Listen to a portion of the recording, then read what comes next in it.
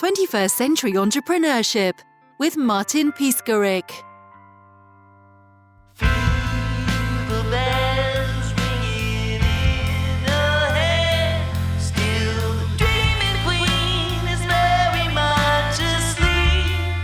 Hi, Mark. How are you, Mark? I am good. Thanks for having me on, Mark. Oh, absolutely. Thanks for spreading your knowledge regarding very, very important topic, but we will come to the topic very soon. And I'm interested in the topic as well, as I'm 40 plus, so I need to start thinking about some things in my life. Never too soon. Absolutely. You were preparing the book for 32 years? So it's interesting. You know, I wrote my first, that's my fourth book I've written. So Okay. I wrote the first one about 10 years ago, and I promised myself I would never again write another book. I lied. But I'll tell you what happened as a result of COVID and the pandemic that we've all been facing since last March. A lot of people are now stuck at home. Mm-hmm. And it's a sort of a look into the future for those people who were considering retirement as to what retirement will be now that they no longer have a place to go to work and that they're now home with their spouse 24/7. Beautiful. And it wasn't necessarily a pretty picture for many. So I decided it was a good time to address some of the non-financial issues that many people face. Because they're, you know, when you talk about retirement, you know, the biggest fear is, you know, will I run out of money? But so much of the conversation and so many of the other fears are, what do I do with it? How do I, you know, deal with everything? How do I fill my time? How do I live with my spouse? You know, what are we going to do? You know, my favorite story is I've got a couple that are clients of mine, and they're both retiring this year. And I said to him, so what are you going to do? He says, I don't know. I'm really concerned. I can only play golf 3 times a week. You know, I don't know what I'm going to do with the rest of my life. And I turned to his wife, who's also retiring this year. And I said, well, so what's your concern? She says, I don't know what I'm going to do with him for the rest of my life. So, you know, it's a real issue. You know, we've always, you know, we've had the opportunity to go somewhere else, to go, you know, talk with other people, be a part of a community, be contributing, you know, be respected, you know, grow an organization. And then when that stops, what do? Right? So our mantra really is, you've worked hard for it. We want you to enjoy it. But what's it? How do you define it? What is retirement? And for everybody, it's different. I have one client that all he wants to do is go to Naples and sit on the beach for 24 hours. You know, I've got other clients who want to stay active. By the way, is he alone or with his wife? Oh, and what was his wife's reaction? I didn't ask. I was afraid. No. Yeah. But you know, to be honest with you, I think, you know, they've been together for 40 years. So, you know, they all, you know, they know the story. She would not mind. You know, so, you know, maybe she goes off and does her own thing. Maybe she sits with them for a little while and then says goodbye. You know, maybe, you know, it's okay if we spend a lot of lunch together, but to spend the rest of our life together, that's a whole different thing, right? But that really is at the core of the conversations we have with our clients, which is, you know, first you got to deal with the numbers. Make sure you don't outlive your money. And that's why we created the 7 steps. But once you get that done, and once you've done the planning, then you really need to deal with, what is life going to be? How am I going to get rewarded? How am I going to get fulfilled? Am I going to volunteer? Am I going to contribute? Am I going to work part-time? Am I going to spend time with the grandkids? You know, am I going to travel when they let us travel again? You know, whatever it is, it's everything else.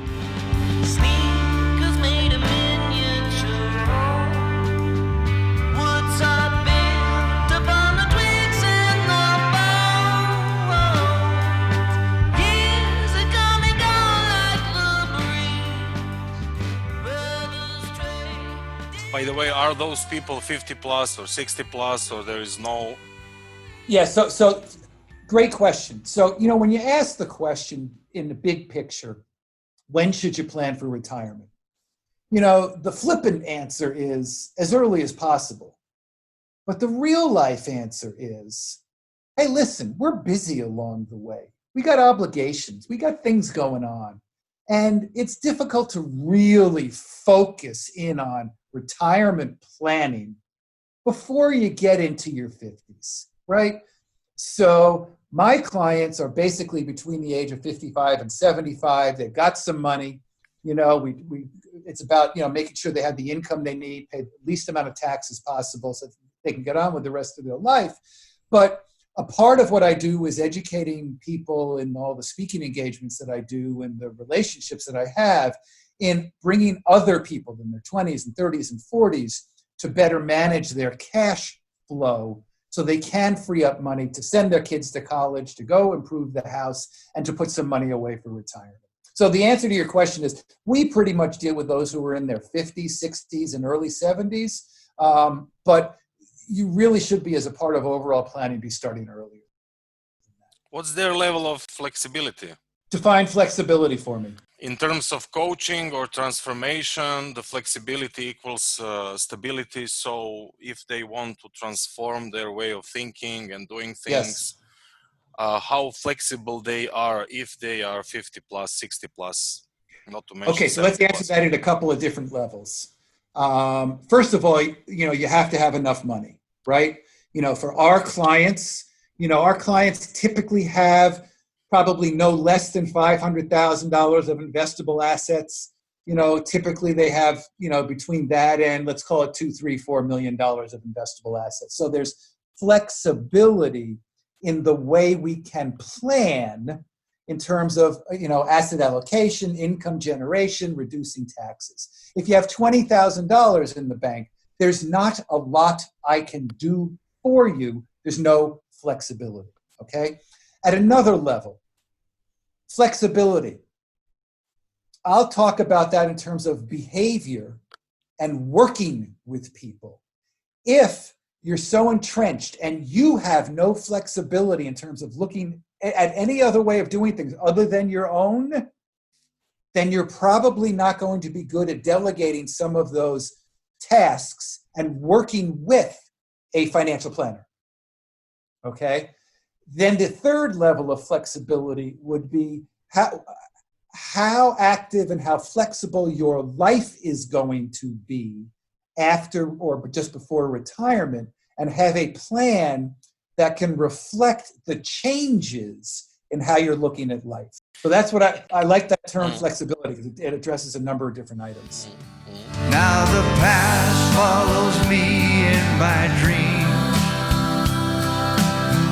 It calls to me like a ghost with regrets. When they have ego issues, when they have more or less money, I mean, if we put flexibility in left hand and ego in the right hand, so any constraints and any ego issues. Great question. So I've been in this business for 32 years. You can never judge the book by its cover. Okay? I never assign or judge how people look at themselves based on how much money they have. So I've got a couple of clients who have upwards of $10 or $15 million. No ego. I wish I could clone them. They are such a joy to work with. I've got clients who have, you know, $300,000, $400,000, $500,000 of investments, and they're tough to work with sometimes. And it's not saying that one is or isn't. You can't. There's no direct correlation between how much you have or don't have and how you view yourself. Do you work with one individual or with spouse as well? It's both, okay? So actually, about a third of our clientele are single or suddenly single women, which is interesting because typically, you know, the male-dominated business that we're in doesn't always communicate with them well. But I've got a daughter and a granddaughter, and they've taught me how to communicate to women better. So we deal with more of an education perspective than the usual industry jargon, right? when it comes to couples, one of the big questions beyond, I don't want to outlive my money, if you start to probe in that initial interview session. So if I was your prospective client and you were talking to me, one of my big issues is making sure my spouse is taken care of, right? When I'm gone, is she going to be all set? When she's gone, are the kids going to be all set? So I look at it as 3 different stages of retirement planning. First, the 2 of you together go about and do our lives. Second, one of the 2 of you is going to be left, making sure he or she is taken care of. And third, the overall legacy planning, charitable donations, and etc. How long the process lasts? It's a lifelong process. There's your flippant answer, right? So when we, as your client, we will work on my issues forever. Beautiful Forever. job you have. I take, to be honest with you, I gauge the success of my practice based on how long the relationships we have with our clients. Okay. And I don't look at this as a transactional business. This is a relationship business. And I love the fact that my clients have been with me 10, 15, 20, 25 years. So the planning process, which has to start before you actually address the money, the planning process can take anywhere from 3 to 6 months initially to get it all up and running and make sure we ask all the right questions and put everything in place. But beyond that, there's the money management, the tax stuff, the income, the estate planning, the insurance, and making sure that we ask enough of the right questions so that we can make the plan adjust to how your life is adjusting through retirement. So it really is a lifelong relationship for us. Like organic growth, organic transformation. Absolutely. And then we ended up working with the kids, right? As they get on in age, my clients, I now end up working with some of the kids because it becomes their family to us. They're not just clients. They're really valued family members. My old memories are like gravestones.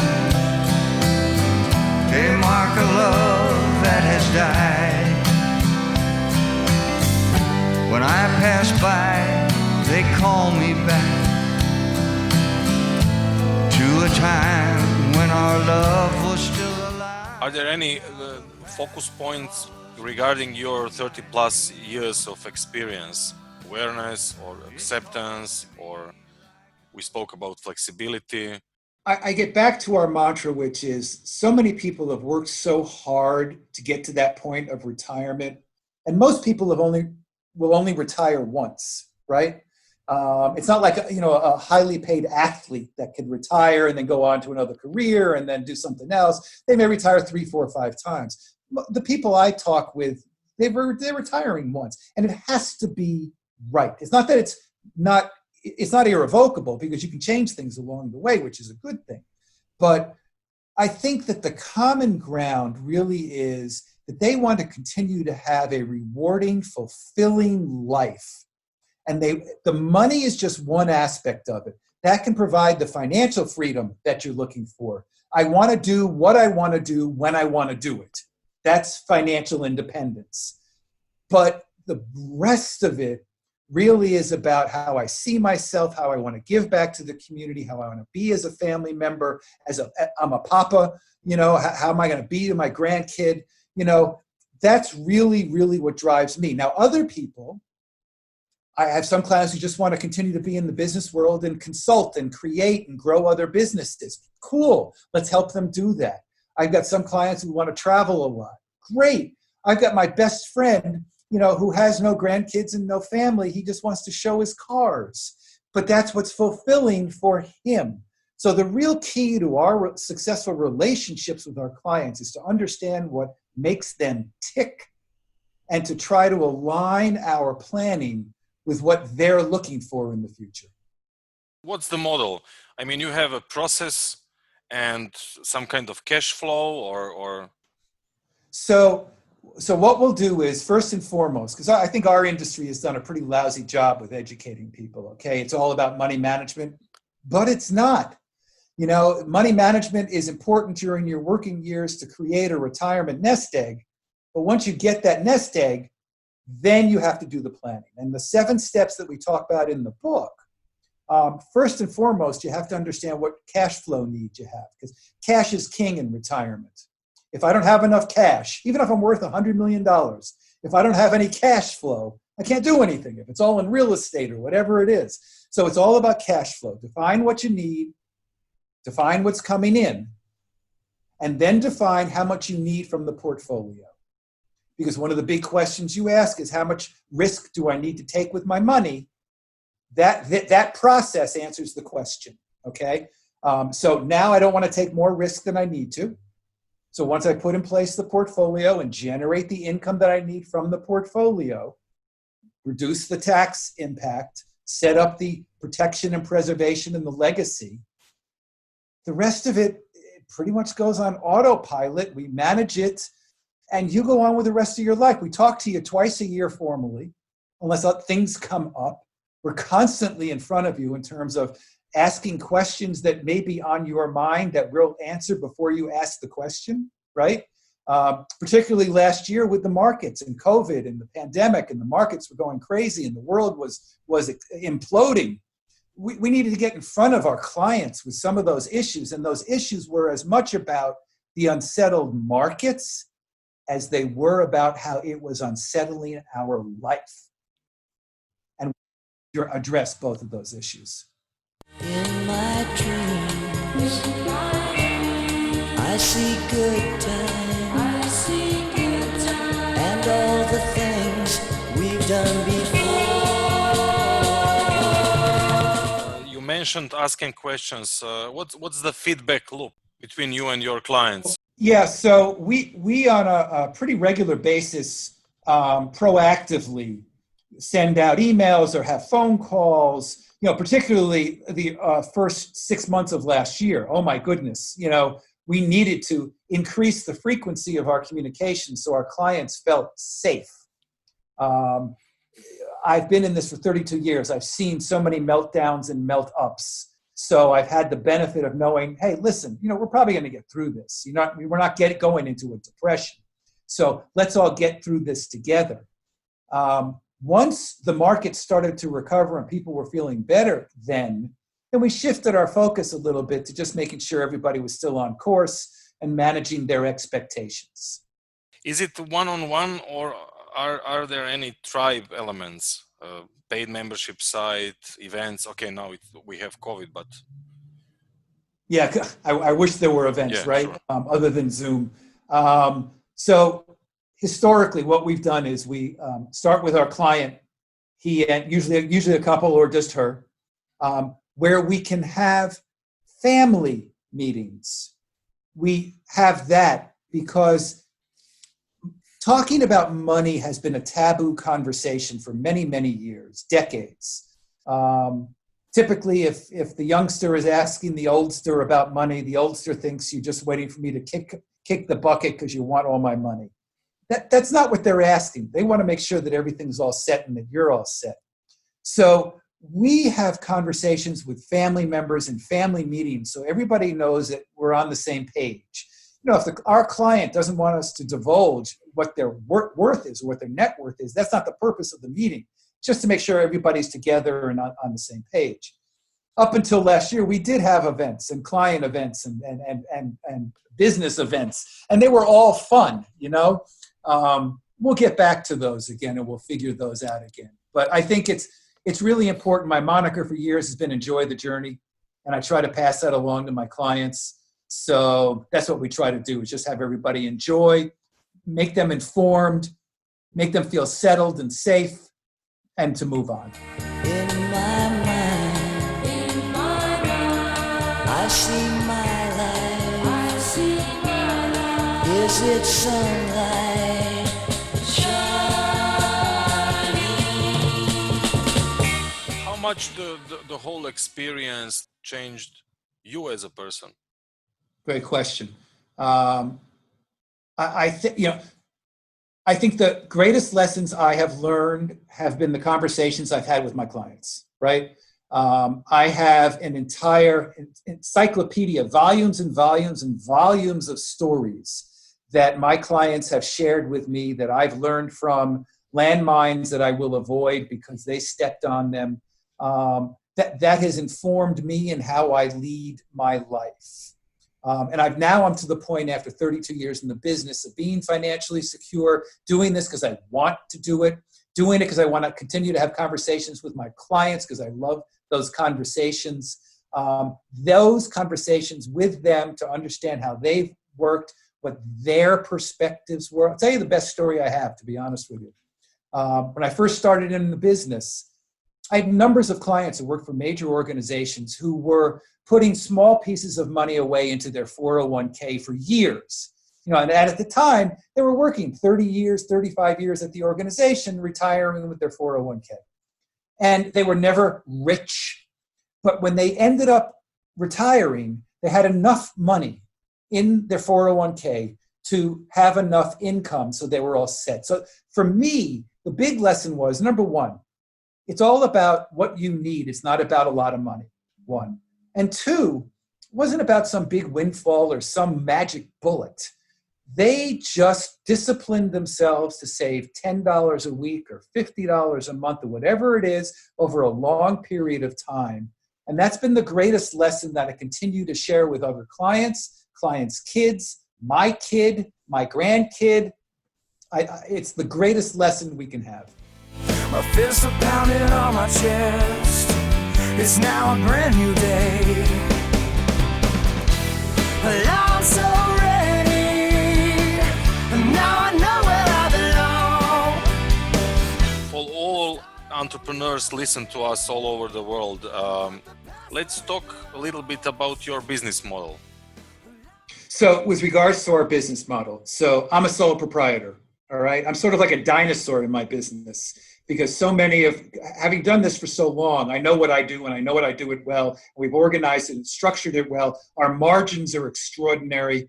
99% of our revenue is recurring. So wow. I know on January 1, pretty much, what we're going to be doing for the rest of the year. I have an assistant of mine who's been with me for 22 years in the office.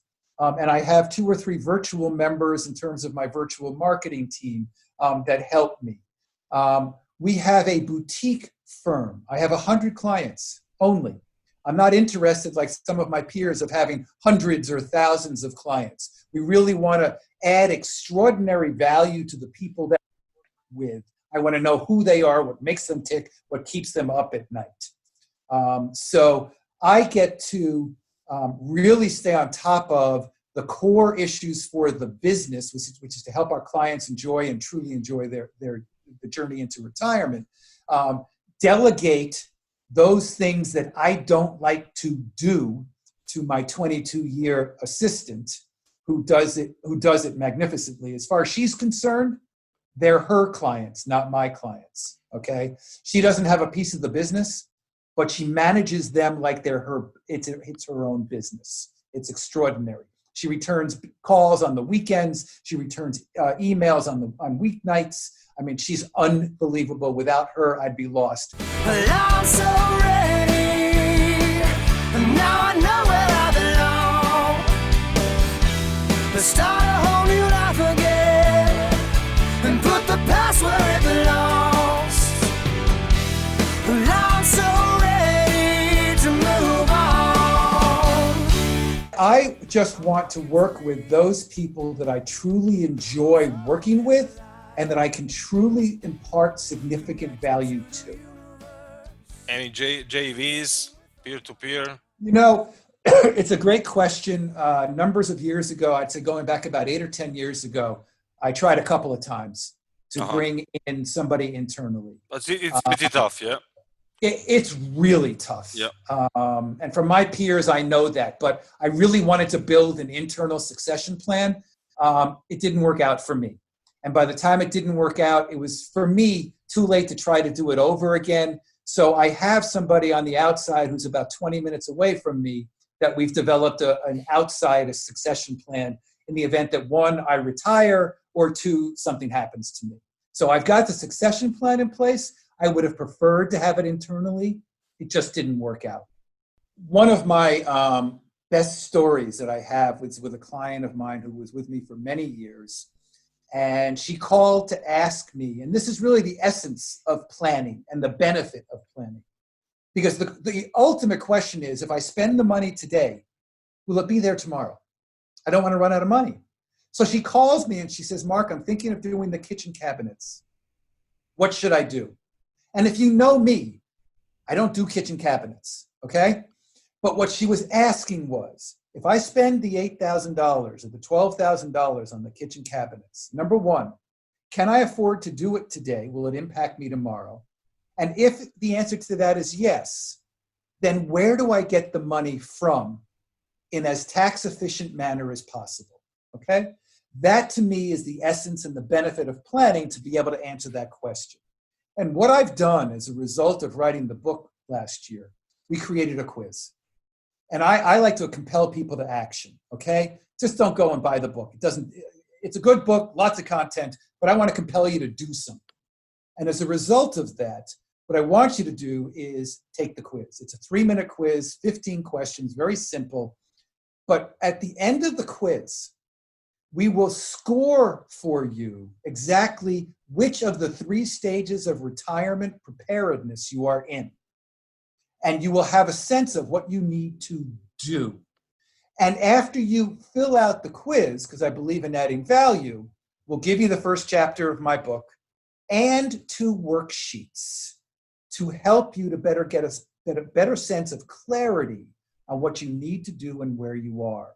And the place to go to get the quiz is retirenowquiz.com. That's retirenowquiz.com. We just created the landing page. It's a part of our website. It's very easy, very simple. There's a 1-minute video just instructing you as to what to do.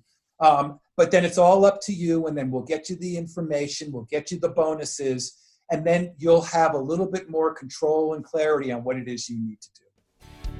Connected to the universe. Mark, what can I say? I like your style. I like your energy. Thank you very much. I'm not afraid to cry. I found my inner grace. My pleasure. Thanks for having me on, Mark. Thanks. 21st Century Entrepreneurship with Martin Piskarik.